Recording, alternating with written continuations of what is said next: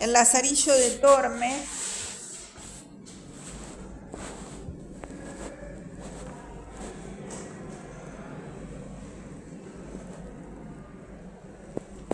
que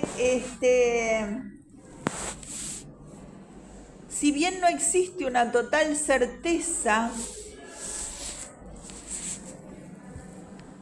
de a quién corresponde la autoría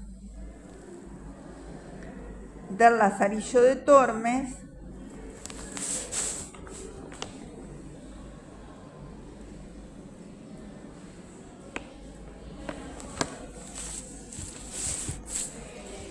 son muchísimos los estudiosos de literatura española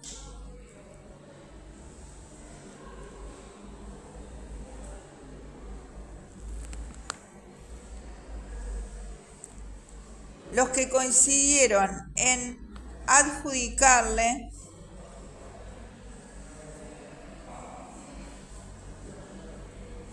tal honor a Diego Hurtado de Mendoza.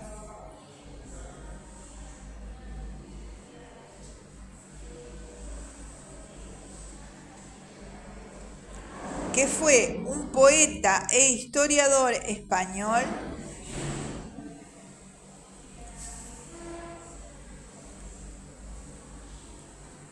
cuya vida transcurrió entre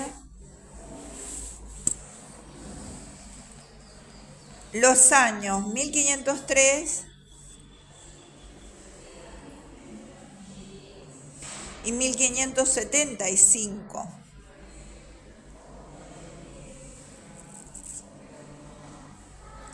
Este representante del humanismo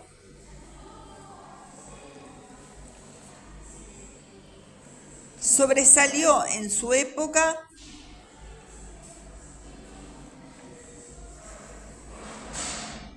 como uno de los mayores poetas en su lengua.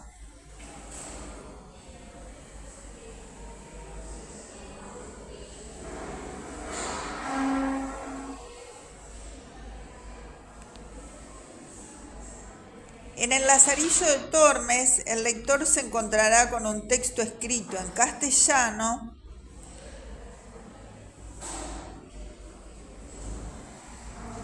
antiguo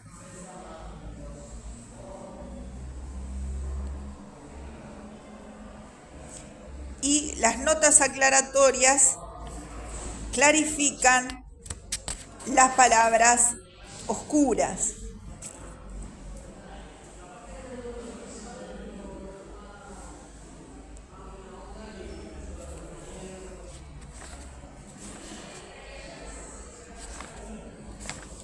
Esto es de Héctor A. Romay, Romay con Y.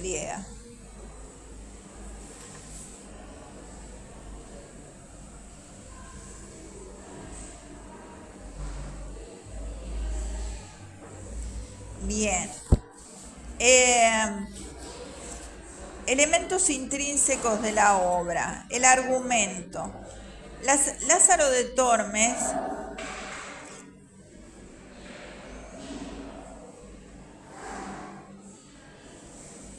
comienza a contar su historia. Su padre había muerto de manera dudosa cuando él tenía solo 8 años.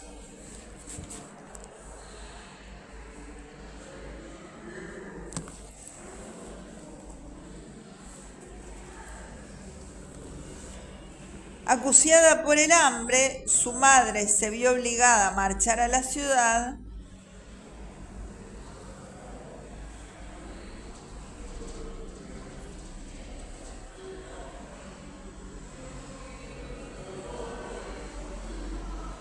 donde por falta de dinero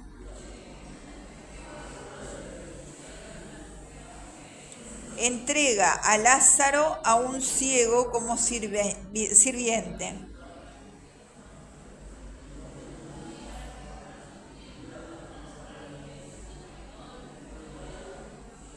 Este amo le enseña con crueldad los primeros pasos para defenderse en el mundo.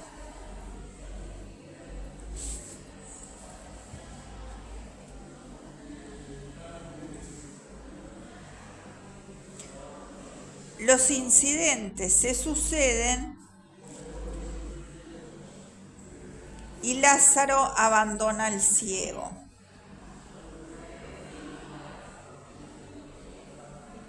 Y luego aparecen otros amos, es decir, él va quedando con diferentes amos. Un clérigo que le priva del alimento más elemental, un escudero más pobre que él, un fraile de la Merced,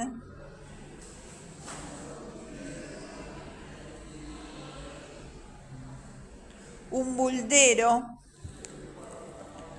un capellán y un alguacil.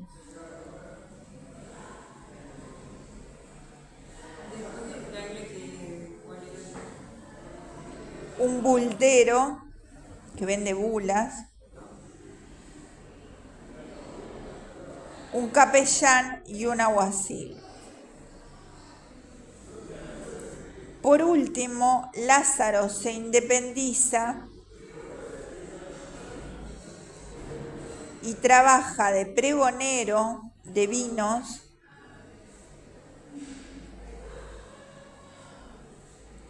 de un arcipreste, título eclesiástico, ¿no? ¿Sí? Con cuya criada se casa.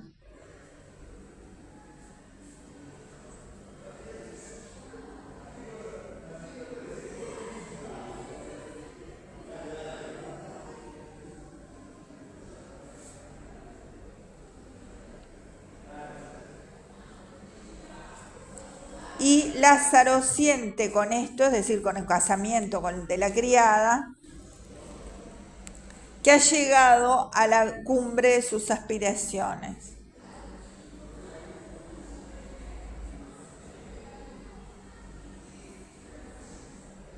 Y entre paréntesis, aclarando, buldero o bulero es la persona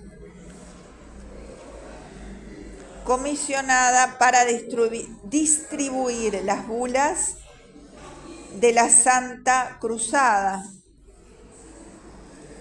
y recaudar el producto de la limosna que le daban los fieles.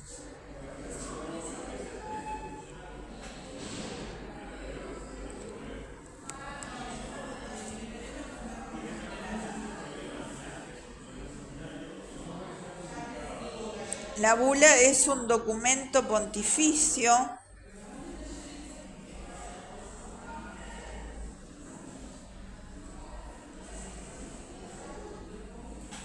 relativo a la materia de fe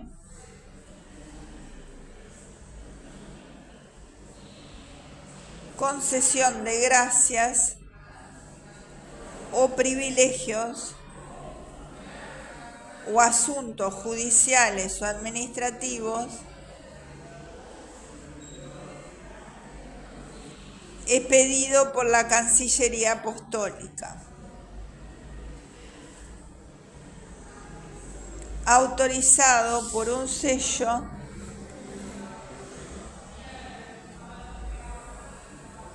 estampado con tinta roja.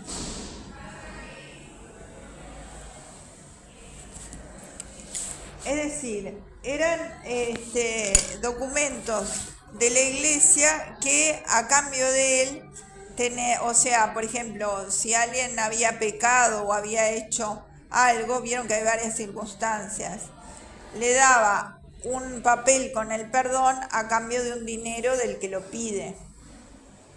¿Tá? Entonces quedaba perdonado, quedaba lo que había hecho, quedaba en la nada, digamos, gracias a que le había dado una limosna, ¿no? O una donación, ¿no? Bien, entonces, La obra se divide en 7 tratados, cada uno relata una aventura del pícaro con sus diferentes amos.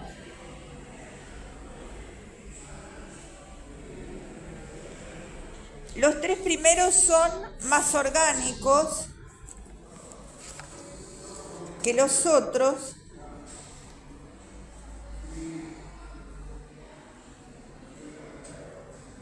Cuatro, ya en los que aparece, se desarrolla y culmina el tema del hambre.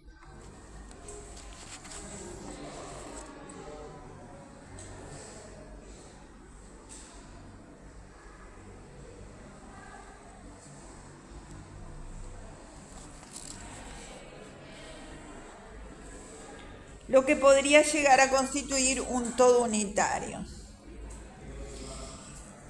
Lázaro no es un pícaro cuando es chico. Lázaro se convierte en un pícaro.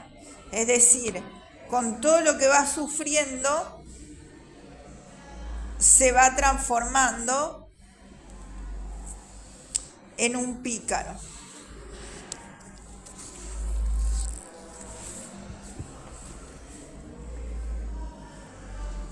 El nombre Lázaro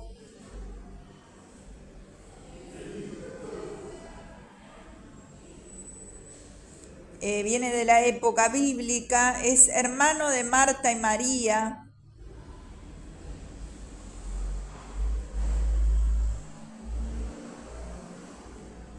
Al que resucitó Jesús 4 días después de muerto.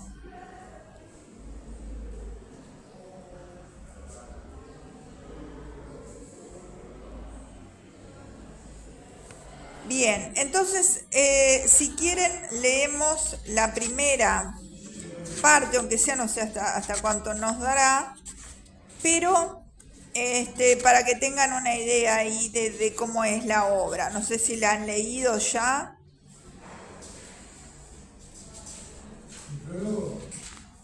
No, el prólogo no, el tratado primero.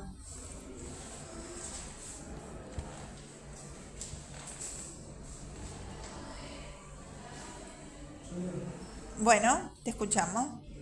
Cuenta Lázaro su vida y su hijo fue, pues sepa vuestra merced en todas cosas que a mí llaman Lázaro de Tormes, Antonio Pérez, natural de mis padres, el día de semana. Mi nacimiento fue dentro del río Tormes, por la cual causa tomé el sobrenombre y fue de esta manera mi padre. Dios perdone y no cargo de poder, viendo de una seña que está ribera de aquel río, en la cual fue molinero más de 15 años, y estando mi madre de noche en la seña, preñada de mí, tomó en el parto y parió de allí, de manera que con mi verdad le puedo decir, nacido en el río. Pues siendo yo niño de 8 años, achacaron a mi padre ciertas pruebas, mal hechas por los portales de los que allí adoraron el río, por lo cual fue preso y confesó y no negó, y padeció persecución por justicia. Espero que Dios les haga la gloria, pues el Evangelio los llama bienaventurados. En este tiempo se hizo cierta armada contra moros, entre los cuales fue mi padre, que a la sazón estaba despegado por el desastre que ha dicho con cargo de ascendero, de un caballero que allá fue. Y con su señor, como legal criado, feneció su vida.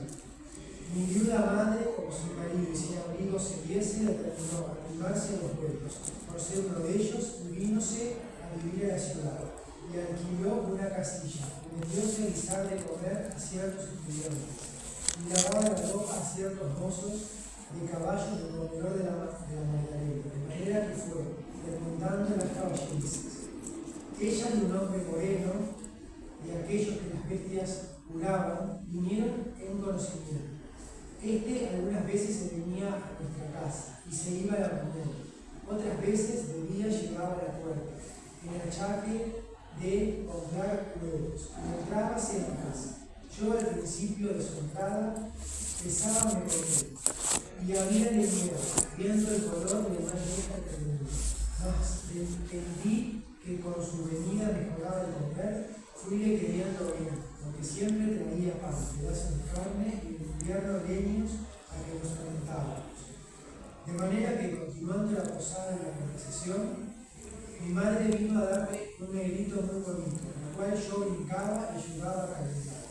Y acuérdome que, estando en el padrastro trabajando con el consuelo, como niño guía a mi madre y a mis blancos, y a él no, huía de él. Con miedo a mi madre, y señalando con el dedo decía: Madre cosa, y respondió el cliente: hija de puta. Yo, aunque bien mochado, noté aquella palabra de mi hermanito, y dije entre mí: ¿cuántos debe de haber en el mundo que huyen de otros porque no se ven a sí mismos?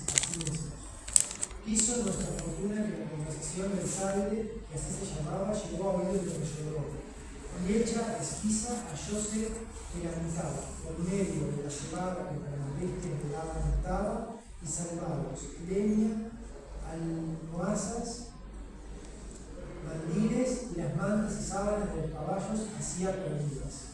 Y cuando otra cosa no tenía, las bestias le cerraba, y con todo esto acudía a la madre para que le haga lo. No nos maravillemos de un clérigo ni fraile porque el uno oculta de los pobres y el otro de casa, para sus devotas y para ayuda de otro también. Cuando a un pobre esclavo el amor le tocaba a él. Y probóse que cuando vive, y aún más, porque a mí con amenazas me preguntaba. Y cómo el niño respondía, descubría cuánto sabía con miedo hasta ciertas cerraduras que por mandato de mi madre había regado conmigo. Al triste de mi padrastro azotaron y juzgaron, y a mi madre pusieron pena por justicia sobre los acostumbrados esperando, que en casa de su dicho comentador no entrase ni al lastimado aire en la suya justicia. Por no echar la soga por su saltero, la triste se esforzó y cumplió la sentencia. Y por evitar peligro y parte de más lenguas, se fue a servir a los que en presente vivían en el mesón de la ciudad. Y allí, padeciendo mil importunidades, se acabó de criar mi hermanito hasta que supo andar. Y a mí hasta ser buen mozuelo, que iba a los huéspedes por vino y candela, y por lo demás me mandaba. Hasta ahí, gracias. Vamos a ver un poquito determinadas cosas. ¿Qué pasó hasta acá?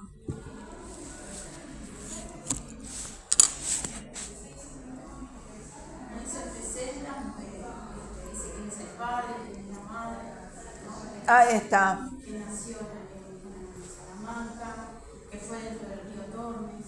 Ahí está. Hay una presentación del personaje, ¿no? Justamente con un nacimiento muy pobre, muy justamente dentro del ámbito natural, ¿no?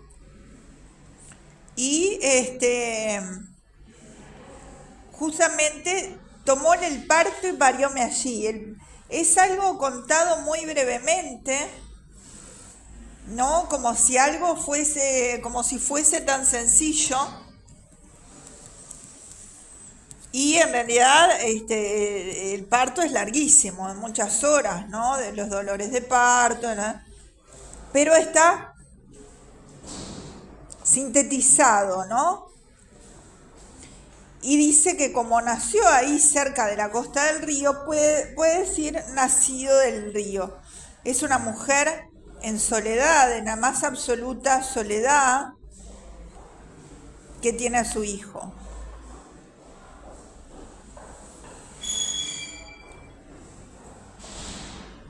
El padre, entonces, justamente la seña es molino harinero que opera con agua, ¿no? Y que justamente se sitúa cerca de la orilla del río porque el río era lo que le daba la energía. ¿Está? Y el padre había sido molinero ahí cerca de más de 15 años, por eso estaban viviendo ahí, porque el padre trabajaba ahí. ¿Vieron los apellidos? González y Pérez son apellidos comunes, ¿no? Luego hay un salto en el tiempo que dice, pues yo siendo niño de 8 años, así que habla de su nacimiento en el primer párrafo y salta a los 8 años. Achacaron a mi padre ciertas sangrías mal hechas. La sangría viene siendo un corte que se hacía a los enfermos porque se creía que saliéndole sangre se curaban. Entonces se le cortaba. Pero esto es sangría mal hecha en los costales. Es decir, en las bolsas de harina, él le hacía una sangría, entonces es una metáfora, ¿no? Sangría como metáfora, que era de donde él robaba, o sea, a las bolsas de harina, él las cortaba, ¿no? Hablando en palabras literales, las cortaba y robaba, ¿no? Sangrías mal hechas en los costales, es decir, hay una metáfora ahí del robo que él hacía cortándole del costado, en los costales. De lo que allí a moler venían, por lo cual fue preso, y fíjense acá la sucesión de verbos, preso y confesó y no negó y padeció persecución. Hay un polisíndeton, es decir, poli muchas, síndeton conjunciones, que demuestran todo ese proceso, ¿no? De fue preso, confesó, no negó, padeció, ¿no? Es decir, esos verbos que indican que, bueno, que tuvo que decir la verdad, ¿no es cierto? Que genera por el polisíndeton una acumulación. Espero en Dios que esté en la gloria, pues el Evangelio los llaman bienaventurados. ¿Tá? Ahí hay como un enredo, ¿no? Porque en realidad bienaventurados los que eran perseguidos, pero por seguir la palabra de Dios, ¿no? Y acá en realidad está diciendo como que el padre es bienaventurado, pero en realidad lo que había hecho era había robado, ¿no? Entonces, o sea, los que recibían persecución por motivos religiosos, ¿no? Espero en Dios que en las bienaventuranzas los llama bienaventurados, pero en realidad es como, no está exento este texto del humor, ¿no? De la ironía.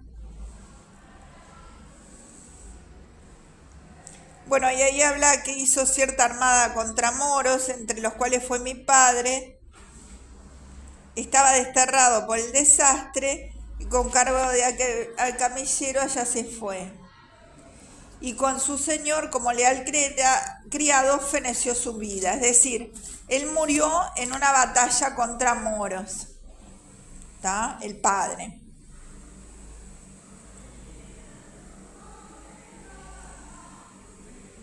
La madre quedó viuda. ¿Tá? Y entonces, al hallarse sin marido y sin abrigo, dice, alquiló una casilla. Ahí vemos por el sufijo diminutivo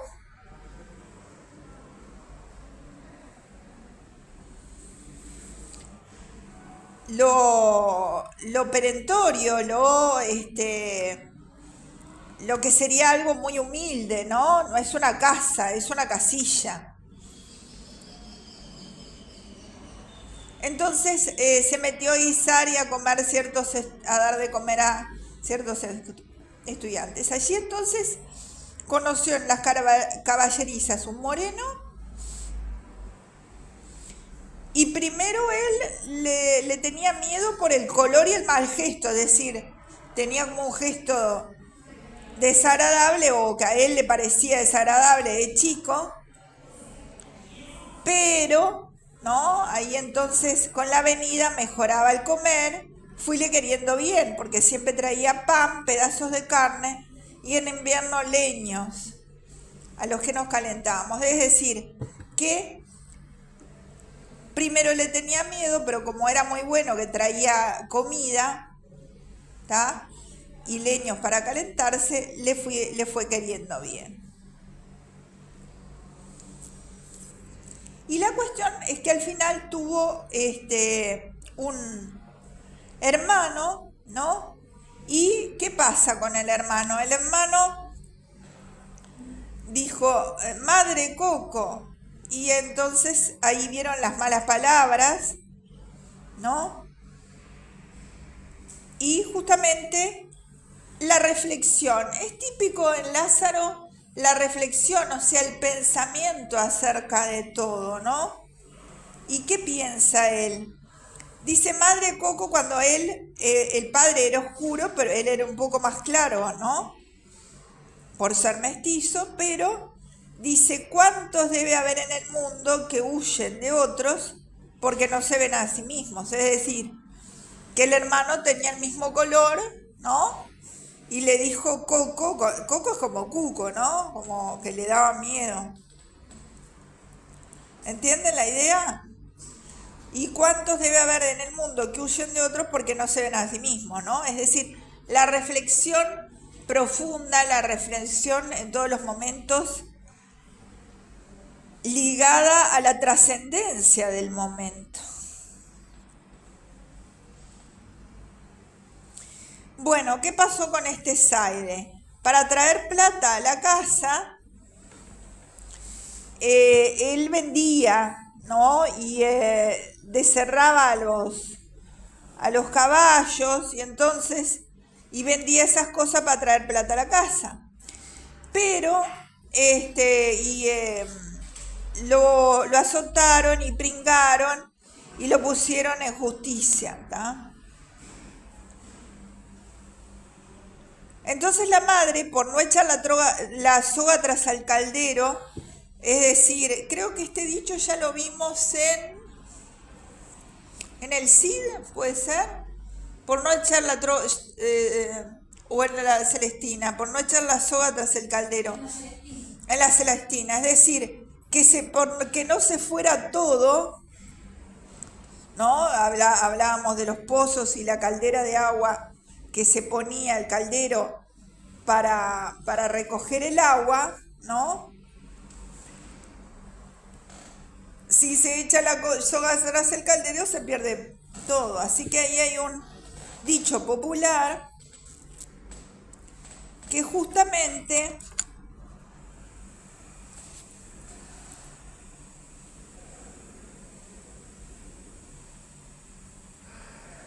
el sentido es perder todo.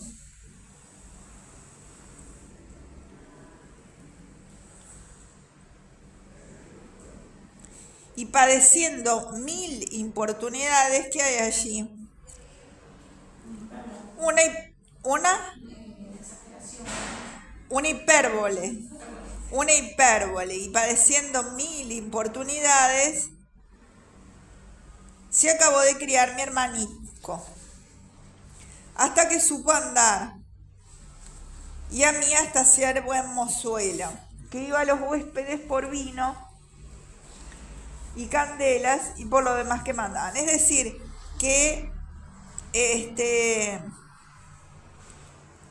la madre trabajaba en un mesón y él se ayudaba también a darle los de las candelas. Candelas, no se olviden que en esa época no había luz eléctrica, las candelas son velas, ¿no?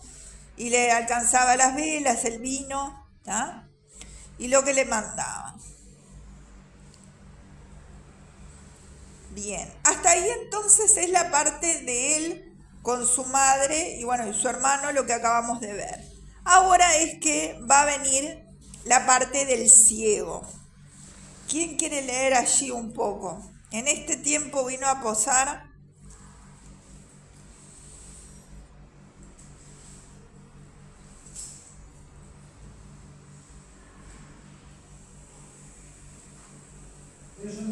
Dale. En este tiempo vino a posar al Isuán un ciego, el cual, pareciéndole que yo sería para descalle, me pidió a mi madre, y ella me comentó a él, diciéndole cómo era hijo de un buen hombre, el cual, por ensalzar la fe, había muerto en la de los Génesis, y que ella, confiaba en Dios, no saldría peor hombre que el padre, y que me rogaba me tratase bien y mirase por mí, pues era bueno. Él respondió que así lo haría y que me recibiría no por mozo, sino por hijo. Y así le comencé a servir y a adestrar a mi nuevo y viejo amo. Como estuvimos en Salamanca algunos días, pareciéndole a mi amo que yo era la ganancia en su contento, determinó irse de allí. Cuando nos subimos de partir, yo fui a ver a mi padre y ambos, llorando, me dio su bendición y dijo: Hijo, ya sé que no te veré más, locura de ser bueno, y Dios te libre, criado te he, y con buen amo te puedo, válete por ti. Y así me fui para mi amo, que esperándome estaba. Salimos a Salamanca y llegando a la puente, a la entrada de un animal de piedra que casi tiene forma de toro, y el ciego mandóme que llegase cerca del animal. Y allí puesto me dijo: Lázaro, llega al oído de este toro y oirás gran ruido dentro de él. Yo simplemente llegué creyendo ser así, y como sintió que tenía la cabeza parda en la piedra, afirmó recio la mano y dióme una gran calabazada en el diablo del doctor, que más de 3 días me duró el dolor de la jornada, y díjome: Necio, aprende que el mozo del ciego un punto ha de saber más que el diablo. Y rió mucho la burla.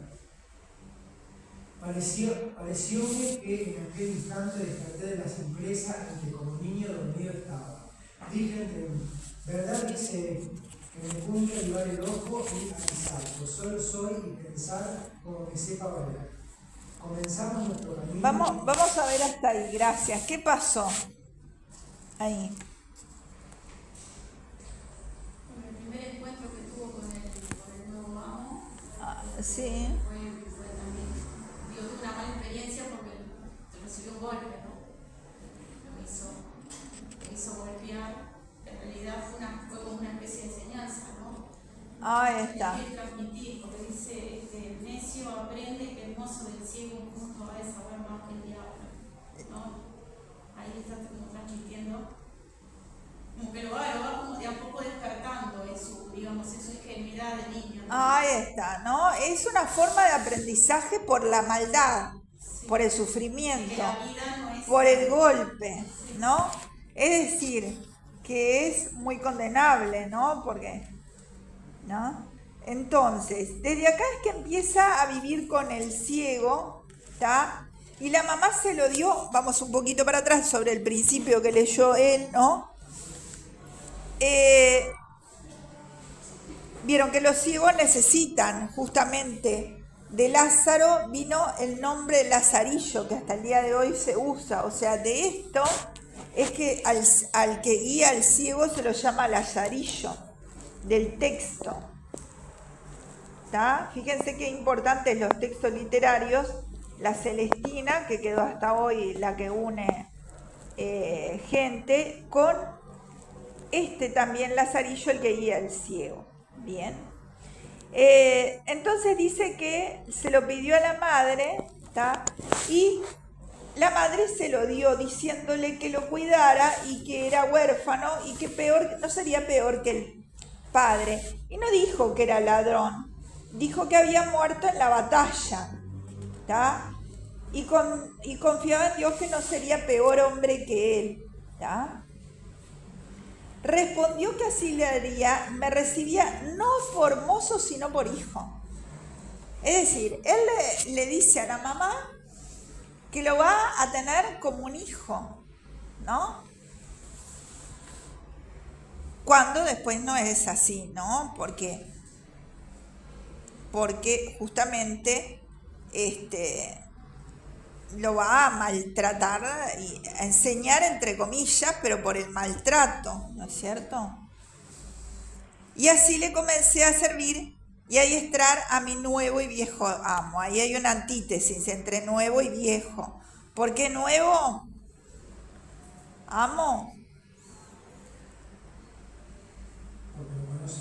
Porque recién empieza a ser su amo, digamos. Y viejo por la edad, ¿no? Viejo por la edad que tenía el ciego. Bien. La despedida es significativa, está muy condensada, y si bien lloraban los dos, fíjense que sería un muchacho de 12, 13 años, no dice exactamente la edad, pero de 12, 13 años, y ella le dice: hijo, ya sé que no te veré más, procura de ser bueno y Dios te guíe.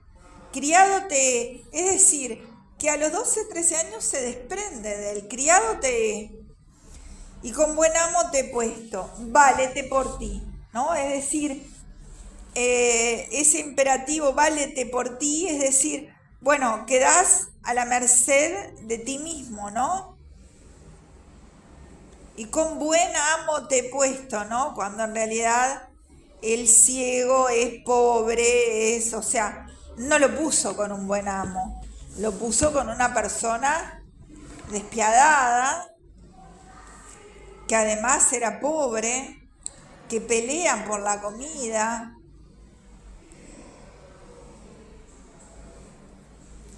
¿Está? Bien. Entonces está ese episodio, que este episodio es paradigmático de lo que es este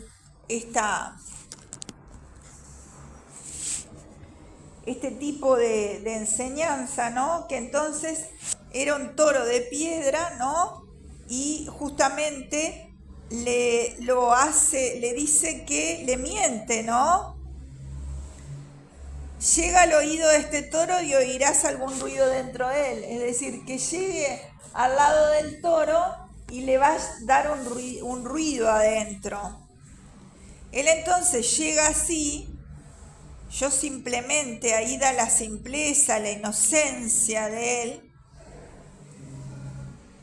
Y ahí él, viendo que tenía la cabeza a la par de la piedra, es decir, cerca de la piedra, afirmó recio la mano dándome una gran calabazada, ¿no? Es decir, y 3 días me dolió el dolor. Imaginen darse la cabeza contra una piedra y a propósito, ¿no? O sea, es terrible, ¿no? Y enseguida la enseñanza, el golpe y enseguida la enseñanza. Necio, aprende que el mozo de ciego un punto ha de saber más que el diablo. ¿Qué figura hay ahí? El mozo de ciego un punto ha de saber más que el diablo. Más que el diablo. ¿De qué tipo?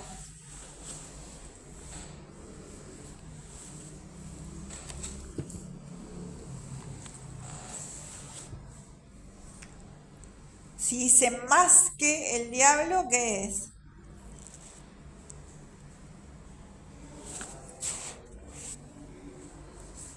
El mozo de ciego un punto ha de saber más que el diablo.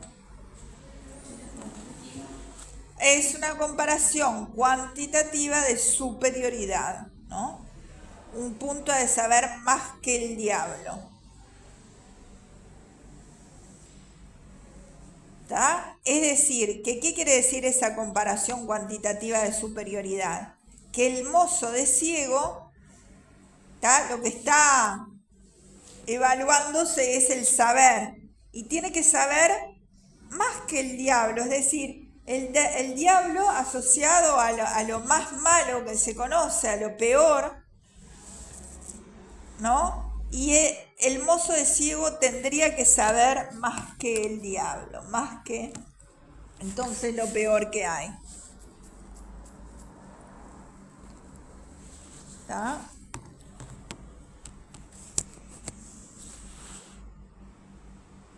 Y rió, es decir, el golpe, la enseñanza y la risa, ¿no? El colmo de la maldad. Parecióme en aquel instante, desperté de la simpleza en como el niño me hallaba. Es decir, ese golpe como que lo hizo despertar de su condición infantil. Por eso yo le decía, el pícaro se hace, no nació siendo pícaro.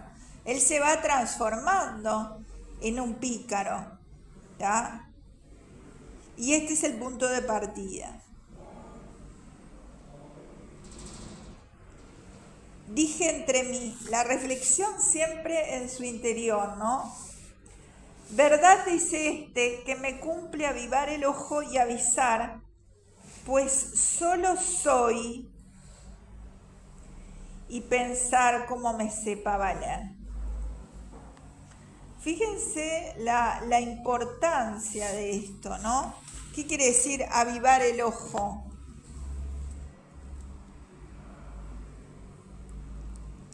Estar atento. Ahí está. O sea, es una metáfora de estar atento, estar prevenido. Otra vez, de repente no pondría la cabeza al lado del toro de piedra, ¿no? Es decir, avivar el ojo es avivarse, ¿no? Y avisar, pues solo soy. ¿Qué es esto de solo soy? Está solo. No dice estoy solo, es solo soy. ¿Qué diferencia es? Ahí está. Si hubiera dicho estoy solo con soy, solo soy. Que es para siempre, o sea, siempre va a ser solo y no es algo como de un momento. Ahí está, ¿no? El solo soy es que es la trascendencia del ser humano, una cualidad del ser solo. Si dijera estoy, bueno, estoy solo ahora, pero después puede cambiar. Sin embargo, él asume la más absoluta soledad, ¿no? Un muchacho tan joven, ¿no? Y justamente la soledad más absoluta, entonces, es la que él entiende que va a tener, ¿no? Es una soledad de la esencia del ser, una soledad de la condición de vida, no como un momento.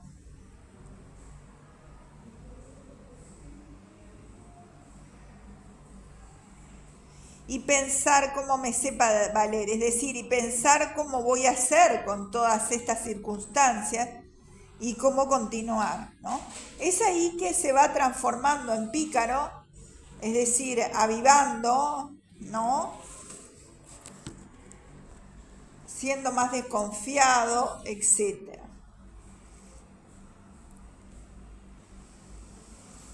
Bien.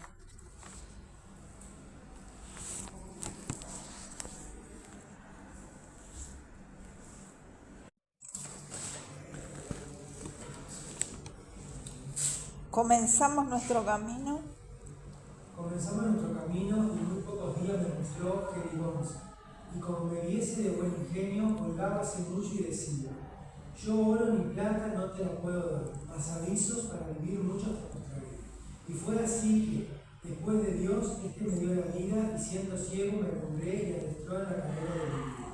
Vuelvo de contar a vuestra merced estas entendidas, para mostrar cuánta virtud desea saber los hombres subir siendo bajos, y dejarse bajar siendo altos por vicio.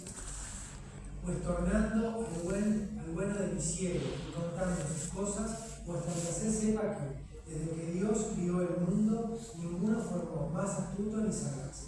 En su oficio era una vida, ciento y tantas oraciones al día de coro, en tono bajo, reposado y muy amable, y así de apresurar la iglesia o parecer. Un rostro humilde y devoto, que con muy buen continente ponía cuando rezaba, y sin hacer gestos ni mensajes, con boca y enojo como otros suelen hacer. Allende de esto tenía otras 1000 formas y maneras para sacar el dinero.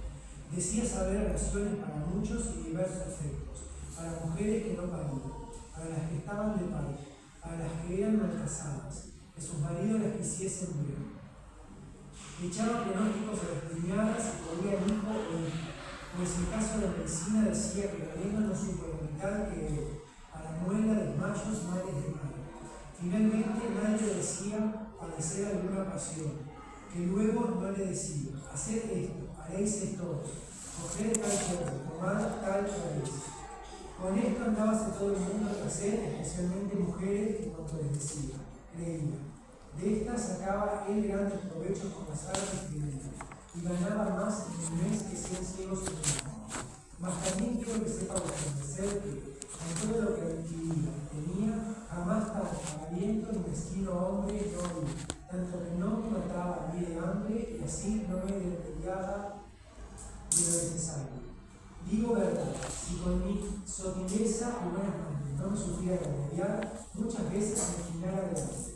Mas, con todo su saber, me hizo y me contaminaba de tal suerte que siempre, a las más veces, me cabía lo más mejor. Para esto le hacía burlas a mi hablada, de las cuales contaré algunas, aunque no todas me salgan. A ver, vamos a ver hasta ahí, gracias.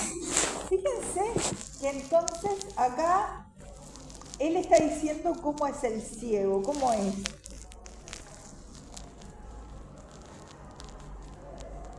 Fíjense que ahí hay una gran hipérbole, ¿no? Desde que Dios crió el mundo, ninguno formó más astuto ni sagaz. Es decir, hay una gran hipérbole, siendo que desde el comienzo de los tiempos, nadie es más astuto que el ciego, ¿tá?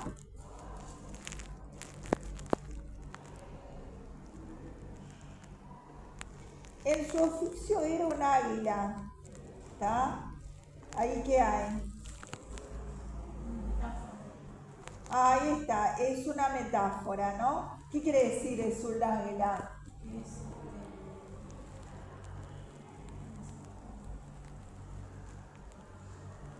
Que eso era astuto, que era una ave rapaz. Ahí está, que es como una ave rapaz, que vieron que el águila va a la presa y la agarra. Es decir, que refleja la astucia, la inteligencia, el arrojo en hacer cosas difíciles, pero para siempre para conseguir plata o para conseguir comida, ¿no? Vieron que acá el tema principal es el hambre y los medios con los que se valen para resolverlo.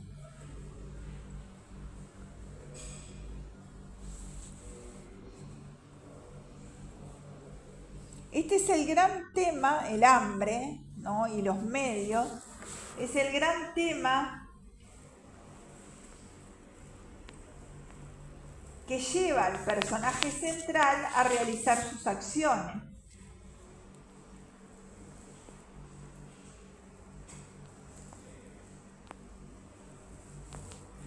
El hambre invade no solo al mundo del pícaro,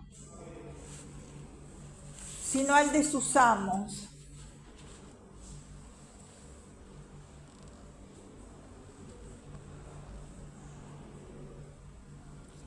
Siendo temas secundarios la servidumbre y sus desdichas,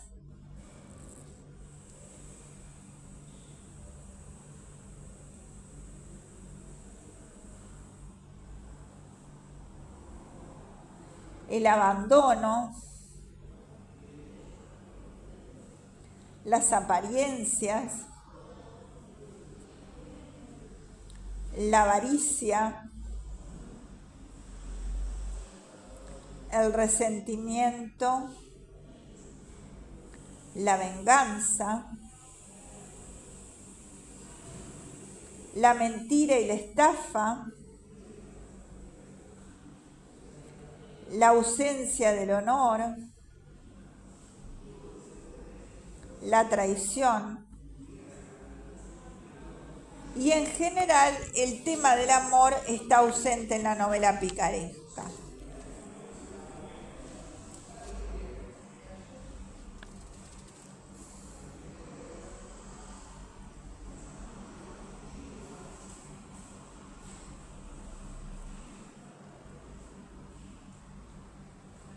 Lázaro pertenece al estrato social más bajo,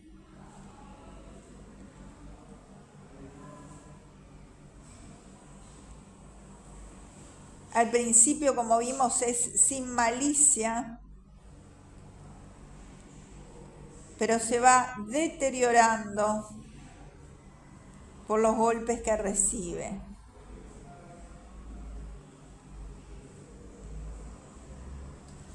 Si comparamos a Lázaro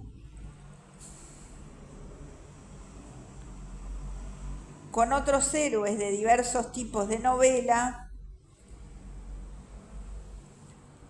de la época,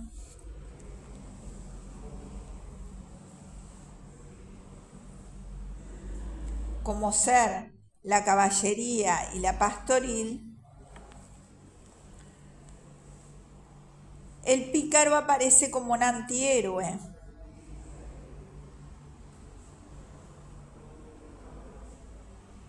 Ya que no hay luchas por la amada,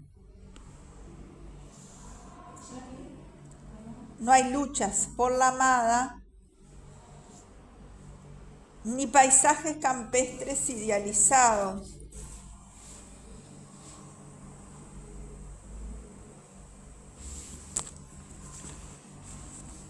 Sino que Lazarillo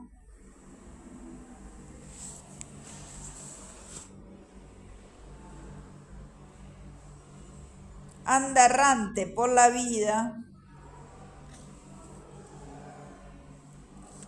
y acude a diversas tretas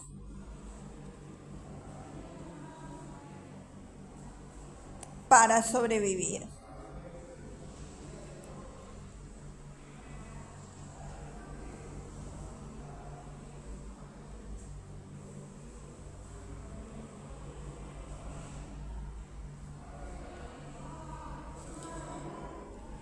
Bien, entonces, en su oficio era un águila, ciego.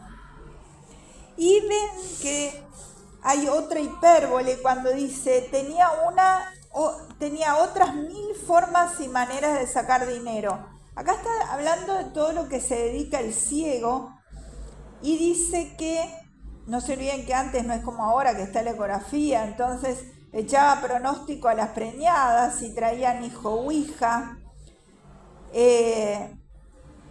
decía oraciones para muchos y diversos efectos, las mujeres que no parían, para las que estaban de parto, es decir, para las mal casadas que sus maridos las quisiesen bien, es decir, él sacaba dinero, ¿está? Haciendo oraciones. Imagínense que él no tenía ninguna autoridad para hacer oraciones, él hacía oraciones para ganarse la plata, ¿no? Y además dice, entonces hay otras 1000 formas y maneras de sacar dinero, hay una hipérbole, y dice varias de las cosas que hacía, ¿no? Y también se metía en el terreno de la medicina, ¿no? Y decía que Galeno, es decir, el más reconocido de los médicos de la antigüedad, no supo la mitad que él para la muela, desmayos y males de madre. Es decir, también hay una hipérbole en el sentido que nadie sabía más que él, ¿está? Galeno no supo la mitad que él, ¿no? O sea que exalta al ciego en su supuesta sabiduría, ¿no?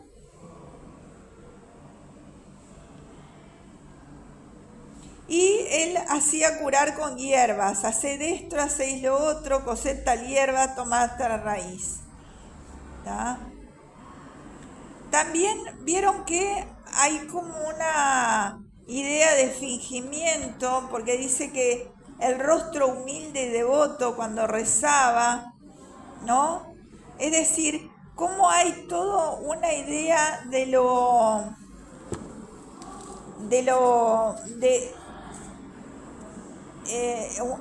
una posición como que para hacer justamente su ganancia, ¿no?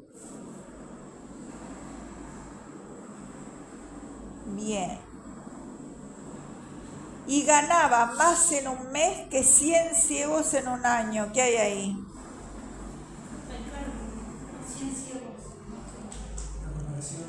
Sí, hay...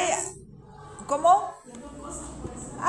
Sí, en realidad hay una comparación cuantitativa de superioridad, ¿no? Ganaba más en un mes que 100 ciegos en un año.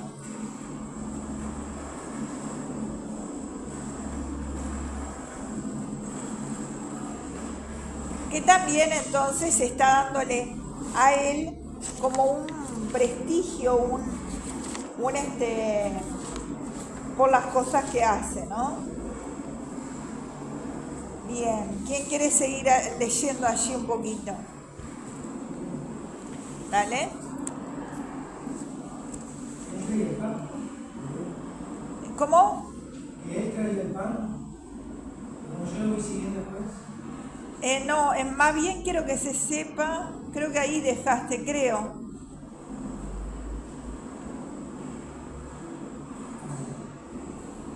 Más bien quiero que sepa vuestra merced que con todo lo que adquiría y tenía, jamás tan valiente y mezquino hombre no vi, tanto que me mataba a mí de hambre y así no me remediaba de lo necesario.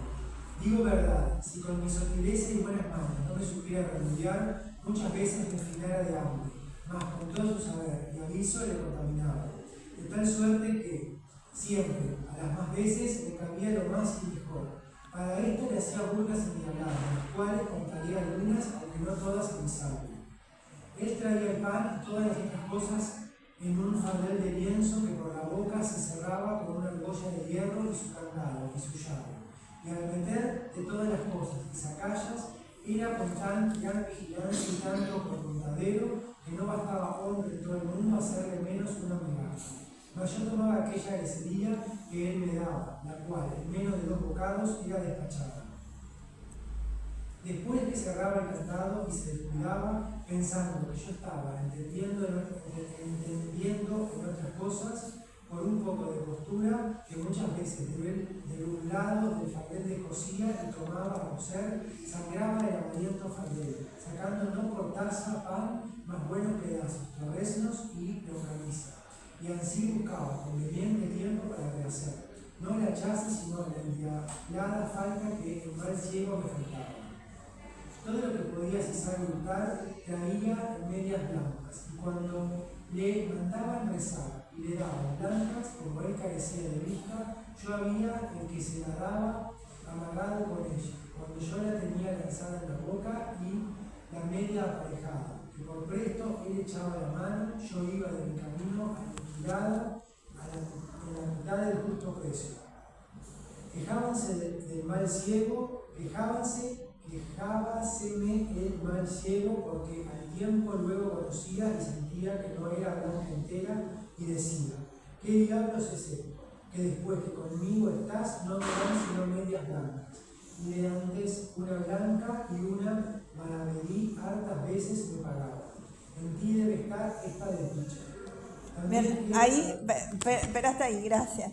Fíjense que esto le cambiaba, como es ciego, le cambiaba las monedas. Media blanca, suponete que fuera una moneda de 5 y otra de 10, ¿no? Media blanca y blanca entera, ¿no?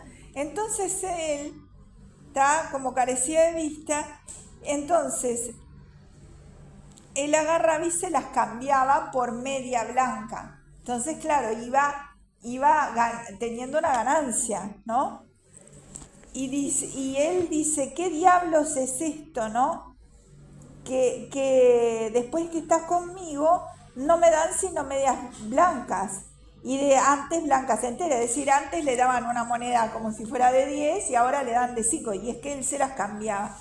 Y un maravedita, en ti debe estar la desdicha. ¿Vieron cómo es significativo el campo semántico, es decir, el campo de significación del diablo, ¿no? Muchas veces se dice endiabladas, hacía burlas endiabladas, y él le había dicho que el mozo de ciego ha de saber más que el diablo, ¿no? Que es el que hace justamente el mal peor, el peor de todos. Y ¿cómo entonces este campo semántico, burlas endiabladas, la endiablada falta, ¿no? ¿Qué diablos es eso, no? Es decir, ¿cómo está mencionado el mal, ¿no? Para comer hacía burlas, ¿no? ¿Qué hacía? Él tenía un saco con una argolla de hierro y que tenía las cosas, y lo que le daba era muy poquito, una lacería que él le daba era algo muy poquito, ¿no? La cual en menos de 2 bocados era despachado, es decir, le daba tan poquito que en 2 bocados ya se acababa, ¿está? Y entonces él se las ingeniaba para descoser el faldel y tornar a coser, es decir, lo descosía y lo volvía a coser. ¿Tá? Sangraba el avariento faldel, es decir, lo mismo, la misma metáfora de hoy, como que dejaba perder lo que tenía, sacando no por la taza pan, más buenos pedazos, torreznos y longaniza, ¿no? Y así buscaba conveniente tiempo para rehacer, no la chaza, sino la endiablada falta que del mal ciego me faltaba. Es decir, que él se las ingeniaba para robarle el cielo a ciego para comer un poquito más, porque si no podía ni comer. ¿Tá? Ahí está. A ver, seguí un poco más. Ahora viene el episodio del jarro de vino, también muy conocido. También él abreviaba el rezar, la mitad de la oración no acababa, porque me tenía mandado que, echándome el que la mandaba rezar, le tirase por cabo del capullo. Y yo así lo hacía. Luego él tornaba a las voces diciendo, mandan rezar tal y tal oración, como suelen decir. Usaba poner cables y un jarrillo de vino cuando comíamos, y yo, muy de presto, le hacía y daba un par de besos, callados, y tornábale a su lugar. Ahí está, ahí hay una metáfora, ¿no? Besos callados, ¿qué es? ¿Qué? Ahí está, tragos, ¿no? Hay una metáfora, besos callados quiere decir que se tomaba un par de tragos, ¿está? Callado, porque lógico, no podía hacer mucho ruido, porque si no se daba cuenta, ¿está? Seguí un poquito ahí. Más duróme poco, que los tragos conocía falta, y por reservar su vino salvo nunca después desamparaba el jarro. Antes lo tenía por el asa asido. Mas no había piedra imán que así trajese, así como yo, con una paja larga de centeno, que para aquel menester tenía hecha, la cual, metiéndola en la boca del jarro, chupando el vino, lo dejaba a buenas noches. Mas como fuese el traidor tan astuto, pienso que me sintió, y desde en adelante mudó propósito, y así sentaba su jarro entre las piernas, y atrapábale con la mano, y así bebía seguro. Ahí está, fíjense ahí, no había piedra imán, es decir, no había imán que así trajese, así como yo, una paja larga de centeno. Una paja sería como hoy un sorbito, ¿no? En aquel entonces una paja de centeno oficiaba de lo que hoy sería un sorbito. Entonces él le ponía eso y tomaba el vino. No se olviden que en aquella época el agua no era potable, tenían el vino como, no es que, porque hoy día hay un adolescente, un muchacho de 12 años tomando vino, pero era lo que había para tomar, ¿no es cierto? Entonces, ahí hay una comparación, ¿no? La piedra imán que trajese así, como yo, con una paja larga de centeno, es decir, que él tomaba todo del vino, ¿está? Como fuese el traidor tan astuto, el traidor es Lázaro, ¿no? Pienso que me sintió, y entonces se lo puso entonces el jarro entre las piernas, ¿no? Está el humor, la ironía y la lucha simplemente por el comer, por el tomar, por la más absoluta subsistencia, ¿no? Es decir, acá la problemática no es la honra, el honor, no, acá la problemática es tratar de comer porque tiene hambre, ¿no? Y tiene sed, ¿ya? A ver, leí por favor un poquito más. Yo, como estaba hecho el vino, olía por él, y viendo que aquel remedio de la paja no lo aprovechaba ni olía, acordé en el suelo del jarro hacerle una fuentecilla de agujero sordo, y delicadamente con una muy delgada tortilla de seda taparla. Y en el tiempo de comer, fingiendo haber frío, entrábame entre las piernas del triste ciego y a calentarme en la pobrecilla lumbre que teníamos. y al calor de ella, luego derretida la cera, por ser muy poca, comenzaba la fuentecilla a respirar en la boca, la cual yo de tal manera ponía que maldita la gota se perdía. Cuando el pobreto iba a beber, no hallaba nada. Ahí está, hasta ahí, esperen. Entonces, ¿qué hace? Como él se pone el jarrón entre las piernas, le hizo un agujero abajo y la tapó con un poquito de cera, por eso dice fuentecilla. Fuentecilla, ¿qué sería? Una fuentecita. Claro, pero no es una fuente, entonces es una metáfora, ¿no? Fuentecilla es una metáfora de cómo sale el vino, porque salía en un hilo de agua, ¿no? Una fuentecilla y un agujero sutil, y la tapaba entonces con una tortilla de cera. ¿Vieron los diminutivos que dan más humor a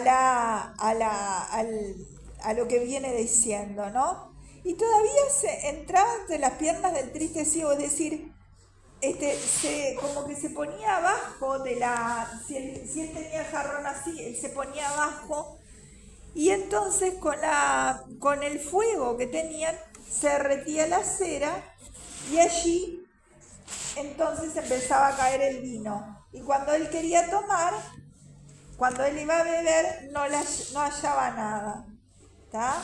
Es decir, ¿cómo entonces él se las ingenia? Ahora voy a seguir leyendo yo, porque quedan 10 minutos, así les leo la parte más importante. Espantada se maldecía, daba el diablo, ¿vieron el campo semántico del diablo? El jarro y el vino, no sabiendo qué podía hacer, o sea, digamos, no entendía cómo él hacía eso. No diréis, tío, que os lo bebo yo, decía, pues no le quitáis de la mano, ¿no? Entonces, como que lo tenía en la mano y el otro decía, no soy yo porque lo tenés en la mano. Tantas vueltas y tiento dio el jarro que halló la fuente y cayó en la burla, mas así lo disimuló como si no lo hubiera sentido, ¿no? Y luego, otro día, teniendo yo resumado mi jarro, como solía, no pensando el daño que me estaba aparejado, ni que el mal ciego me sentía, sentéme como solía, estando recibiendo aquellos dulces tragos, mi cara puesta hacia el cielo, un poco cerrados los ojos. ¿Vieron la posición de la gula, no? El pobrecito con la cara hacia el cielo, es decir, hacia arriba, y los ojos cerrados para mejor gustar el sabroso licor, sintió el desesperado ciego que ahora tenía tiempo de tomar mi venganza y con toda fuerza, alzando con las dos manos aquel dulce y amargo trago, le dejó caer sobre mi boca, ayudándose, como digo, con todo su poder.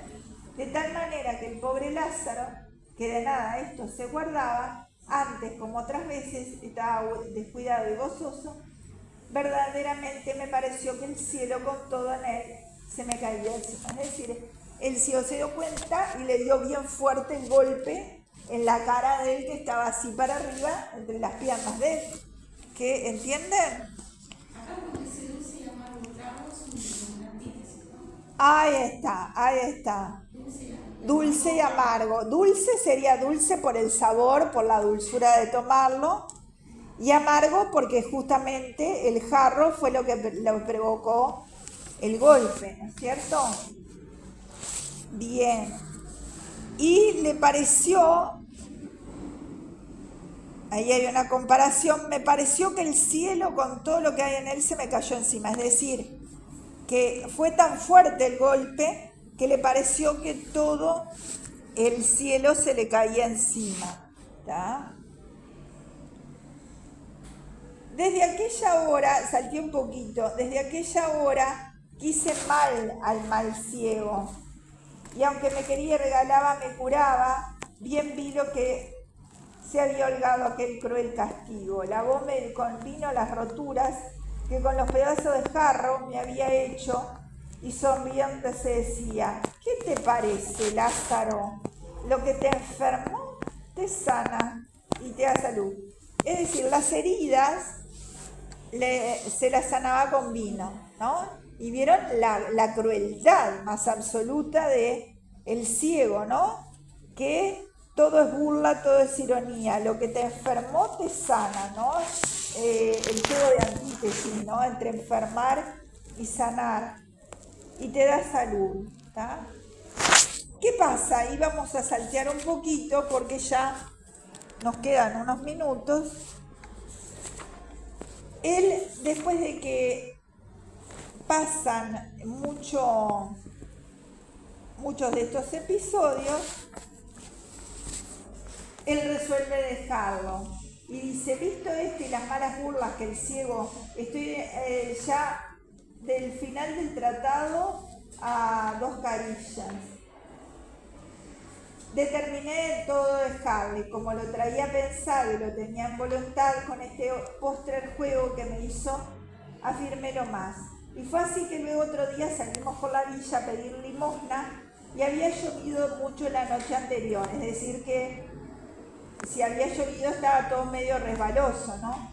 Y por el día también llovía, andaba rezando bajo de unos portales que aquel pueblo había donde no nos mojamos, mas como la noche se venía, el llover no cesaba, díjome el cielo: Lázaro, esta agua es muy porfiada, y cuanto la noche más cierra, más recia. Acojamos la posada con tiempo. Para ir allá, habíamos de pasar un arroyo, que con mucha agua iba grande, es decir, un arroyo que con el agua se había agrandado. Tío, el arroyo va mucho... Yo le dije, tío, el arroyo va muy ancho, más, si queréis, yo veo por dónde atravesaremos más allina, sin nos mojar, porque se estrecha allí mucho y saltando pasaremos al pie enjuto.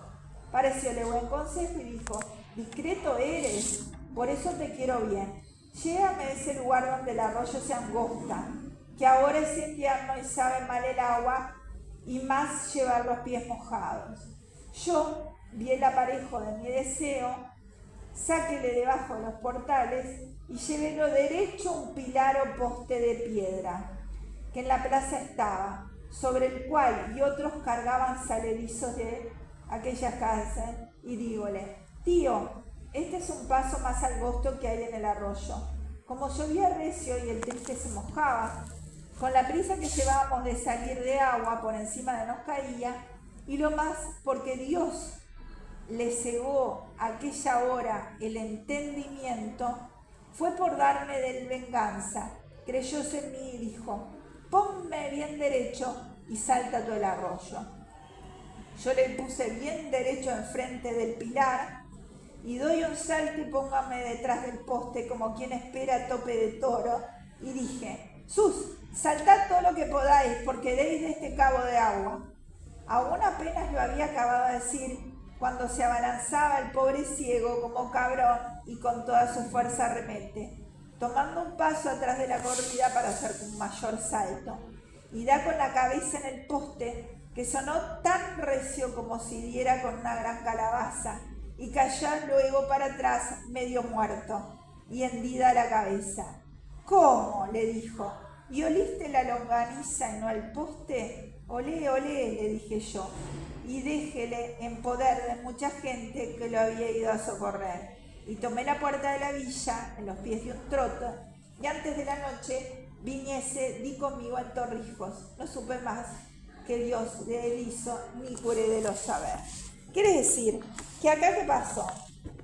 Le hizo una trampa al ciego para que se lo pierda, ¿no? Ahí está. Y dice también que en determinado momento, bueno, así como fue astuto para otras cosas, que no pudo leer la longaniza, resulta que esto no se dio cuenta, porque ahí dice que Dios le cegó el entendimiento en ese momento.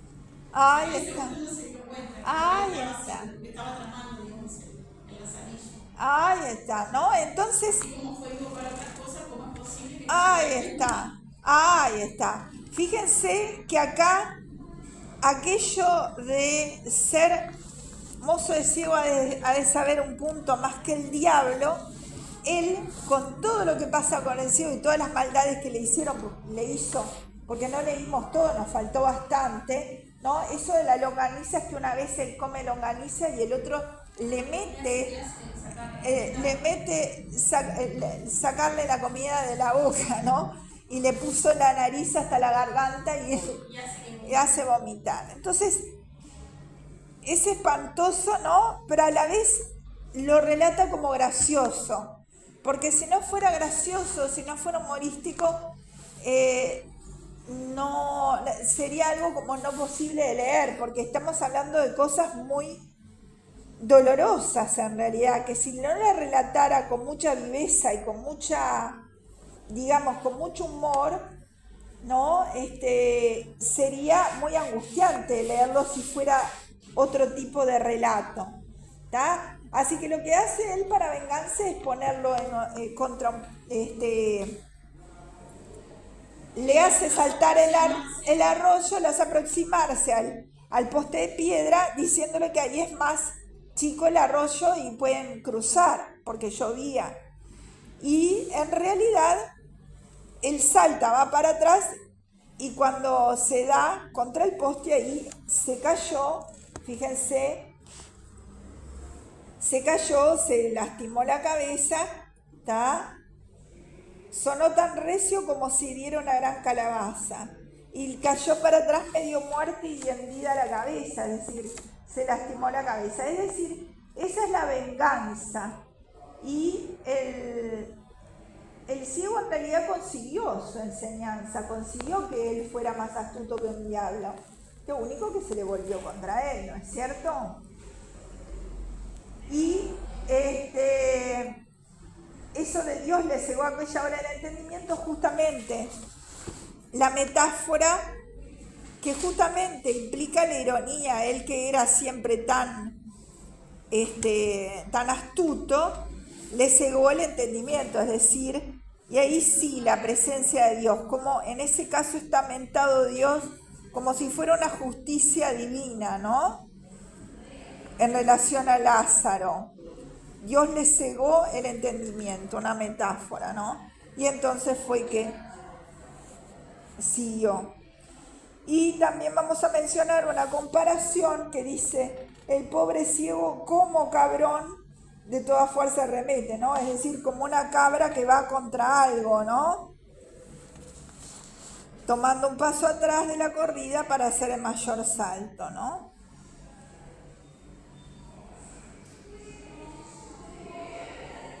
Y después una comparación de cuantitativa de igualdad, sonó tan recio como si diera una gran calabaza, es decir, como si fuera una calabaza.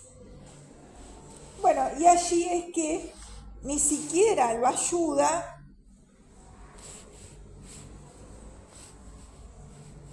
y ni siquiera lo ayuda y él se va y la gente se lo queda a ayudar. Bueno.